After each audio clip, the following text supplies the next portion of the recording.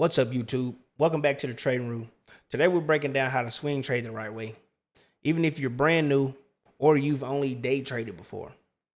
We're going beyond the YouTube hype and teaching the real method, how to hold winners longer, avoid fake breakouts, and enter swings with confidence and not hope. This is the same system we use inside my community, the Trading Roux and the Wolf Empire. But today I'm going to teach it in a way that anyone can understand. So let's start with the basics. Swing trading simply means holding a position for multiple days or multiple weeks or months. Unlike day trades, you're not trying to catch every little wiggle. You're trying to catch the bigger move, called the macro move, the cleaner part of the trend. When I swing trade, these are the time frames that I use. Here's the monthly. It shows the macro overall trend. As you can see, it's in an upward trend on the month. I use the weekly, a smaller, minute macro trend time frame. The daily, still part of the same macro, but it shows you smaller movements in day increments. The 4-hour is the confirmation time frame, and the 2-hour, it gives you the cleanest entry. So it gives you the earliest entry with lesser confirmation than the 4, but it still will give you confirmation. Pretty good confirmation, I may say. You can use any chart for this, but what I use is the Wolf chart on TradingView. So before you place a swing trade, you need to know which direction the stock wants to move. My method uses what we call phases. And don't worry, they're simple. I have a plethora of YouTube videos that explains each phase. And I tied them up all together in the last YouTube video. So phase 1, we have the loading phase. This is where price is building strength. Phase 2, momentum building. The trend starts shifting. Phase 3, which is the floating candle, the market shows the intentions. Phase 4, the 12 cloud. This tells me how strong the move is. Phase 5, the lock candle, the real confirmation candle. And then we got phase 6, which is the phase confirmations. This is when everything agrees with each other. If the trends look bullish, but the momentum isn't there yet, pass. If momentum looks good, but the trend is still bearish, pass as well. Swing trades are all about alignment. All right, this is going to be step 2. This is how do you look for an A+ setup. Once you know the direction, you're not buying the first green candle you see. You want an A+ setup. Let's go ahead and find one. So yesterday in my Discord, in the Trading Roux, I called out Wolf, WULF, because I saw it in a A+ trade range. Just to show you.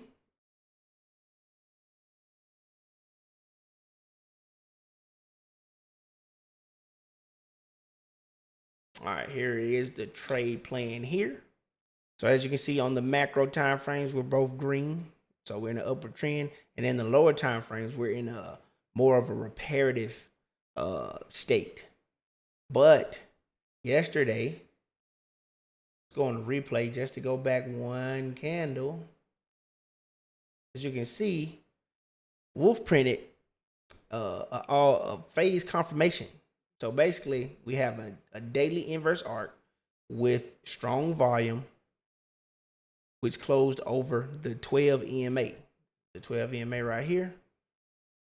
So this tells me that the market is interested in buying.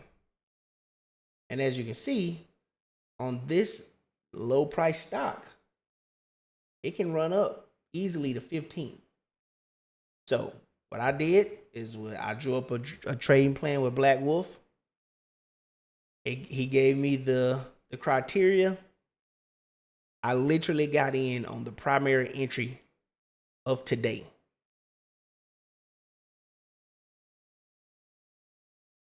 To go on a 2-hour, turn off replay mode. And as you can see, let's see, this is today right here. As you can see, strong up move right here. And you can even drop it down on the 1 hour to see even better. So as you can see right here, we wicked into a fair value gap, which are excellent for entries. Very excellent. I got in on this candle. Pretty sure I got in on the bottom as well. I wrote it all the way up. And I'm currently up like 40 something percent on 2 contracts that expire in January.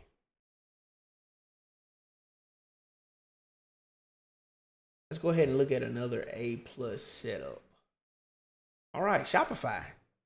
This is a very good one. I passed on it because the contracts were a little too pricey for me. But as you can see, we have a daily inverse arc. We have a lock candle. We have a almost floating candle. But which time frame that we said is the confirmation and which one's the entry? The 4 hour and the 2 hour. So the 4 hour tells you the cleaner confirmation, or earlier confirmation, I may add. You have a bullish order block here. You have a fresh inverse arc. This was a flicker candle, fake out. This is what you want to watch out for. So you don't enter on the first green candle. I just said that too. So you wait for a pullback, pop back up, bam, there's your lock candle right there. Here's a floater off to the sunset. Now let's go to the 2 hour. So the 2 hour actually would have had you in the trade right here. You would have probably got in, well, you would have held it to the next day. It would have been gapped up.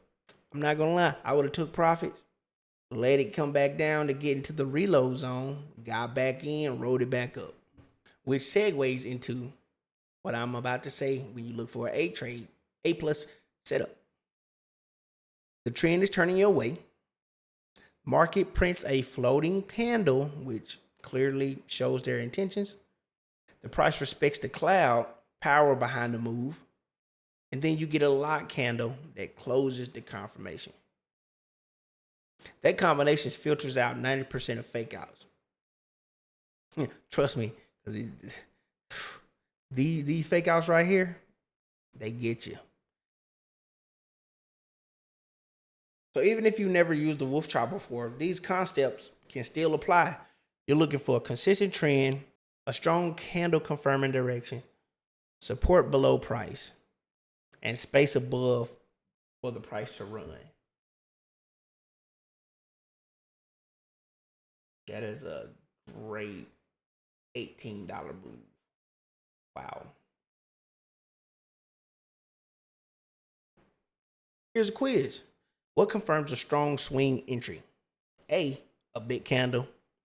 B, a candle that closes above your key level. Or C, a random mid candle spike. Think about it for a second. The answer is B. The candle must close above your level. This is what we call the lock candle in the wolf system. Moving on to step 3, identifying clean levels. Your swing only works if there's room for price to run. Look left on your chart and ask, what's the next area where price stopped before? That becomes your first target. Then when you look at the next one, that's your price target 2. And for one more target after that, that's price target 3. Some trades never go to price target 3 because of a selling pressure or news. But if I can lock in price target 1 every time, I'm taking it. So avoid swinging into a brick wall of resistance. A good swing setup should look like an open hallway, not a crowded room. I have another example of that right here in Zoom. So, as you can see on the monthly time frame, as you can see, we have nothing but open highway, right? You go down to the week, your first set of resistance is here at 273. But let's realistically speak, right? Actually, it's already in the resistance right here. So it needs to break above this to even do anything. All right, we're gonna go ahead and go to the day. So as you can see, it breached that resistance today, but it pulled back for a liquidity sweep, a buy side liquidity sweep. We'll get into that later. But basically, price printed an inverse arc, sharp one because they beat earnings, pushed all the way up, and swept liquidity for a strong down move. So it still has a change of character. It still have a level 3 breakout. Everything. Now you just have to wait for confirmation for it to break above 88.99 for it to continue to run. And the first resistance at 117.59 on the day chart. We go down to the 4 hour, it changes to 108. And then we go down to the 2 hour, it's at 111. So once this thing breaks out again, closes and opens above 88.99, we have an open highway. This is an A plus trade range. This is insane.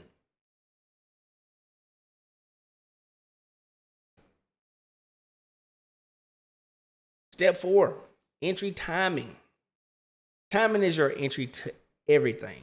My rule is wait for a 2 hour candle to close above a certain price.